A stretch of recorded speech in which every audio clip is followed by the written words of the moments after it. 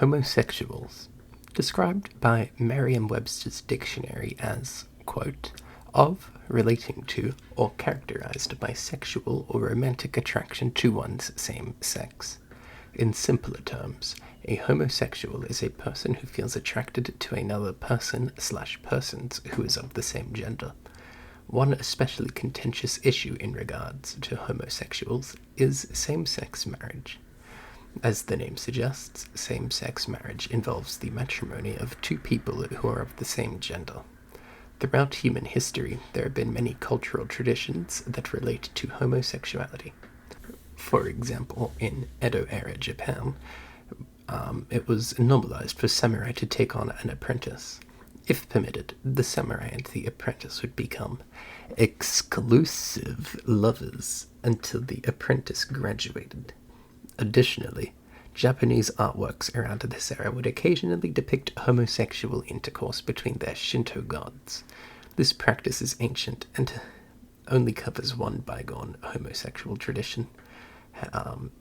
Most homosexuality stopped when Western homophobia crept into cultures around the world. Many countries outlawed homosexuality, punishable by death. As such, most homosexuals need to remain hidden or discreet. It is likely that a non-negligible cause of this homophobia was caused by Christianity becoming the dominant religion in Europe. Historically, the Roman Catholic Church has been opposed to the concept of same-sex marriage, declaring it to be a sinful act directly because of the same-sex part of the marriage, despite typically being a sacrament.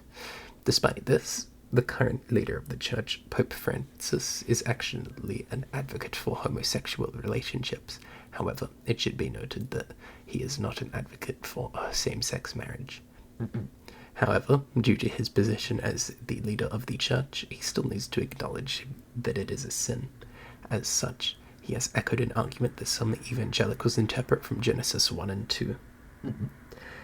Same-sex marriage undermines the creative intent of God.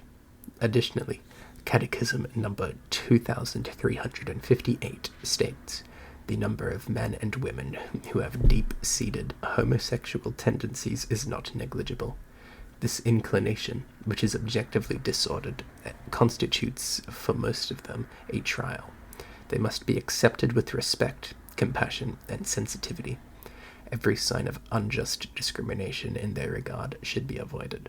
These persons are called to fulfill God's wish in their lives, and if they are Christians, to unite to the sacrifice of the Lord's cross. The difficulties they may encounter from their condition.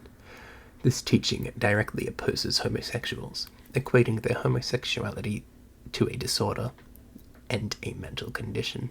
As such, it can be interpreted that the Church opposes homosexuality.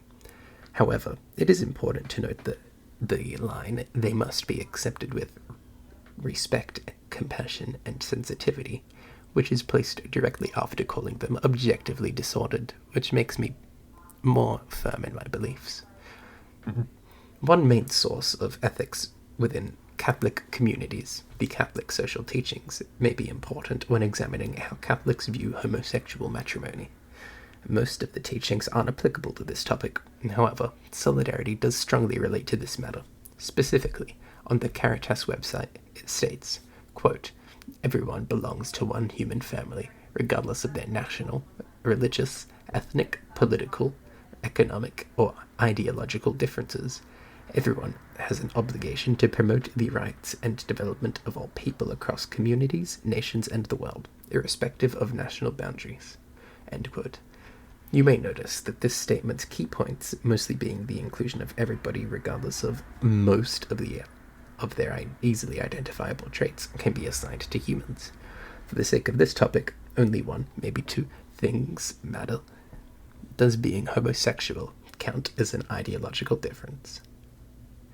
The technical definition of ideological by Oxford is as follows, quote, based on or relating to a system of ideas and ideals, especially concerning economic or political theory and policy, end quote.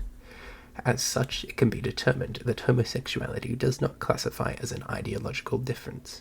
The second factor that could be applicable relates to the religious differences clause, would respecting people of different religions influence a Catholic's perspective on homosexual marriage? I believe that to be unlikely, as despite the potential religious differences, a Catholic would still likely be against the concept if basing their opinions purely on faith. Despite these theological differences, in more recent history, many countries have started to allow homosexual marriage once more. For instance, in December 2019, Australian Parliament passed legislation allowing homosexuals to marry one another, after a large amount of support from the general population. This act hasn't been directly opposed by any religious figure, which could be interpreted as support. However, that is an overly optimistic perspective. In regards to non-Catholic groups, there is an overwhelming amount of support from many different places, though there is just as much backlash from more conservative and traditional outlets. An obvious and prominent example of a supportive group is the Pride Foundation, who advocate not only for homosexual marriage, but for homosexuals generally having the same rights as heterosexual and/or cisgender people. Many other organizations, such as Telstra, Combank, and Qantas, to name a few, have openly declared their support for homosexual rights. From a consumer perspective, this makes people who may be homosexual, or those who openly support LGBTQI+ causes, to consider these organizations more strongly, as opposed to one who does not directly support the LGBTQI+ causes that they believe in. Additionally, as a non-Catholic source myself, I too believe that homosexuals deserve the same rights to marriage as a heteronormative person, as it doesn't really make sense to discriminate love based on the gender of the people involved. Thank you.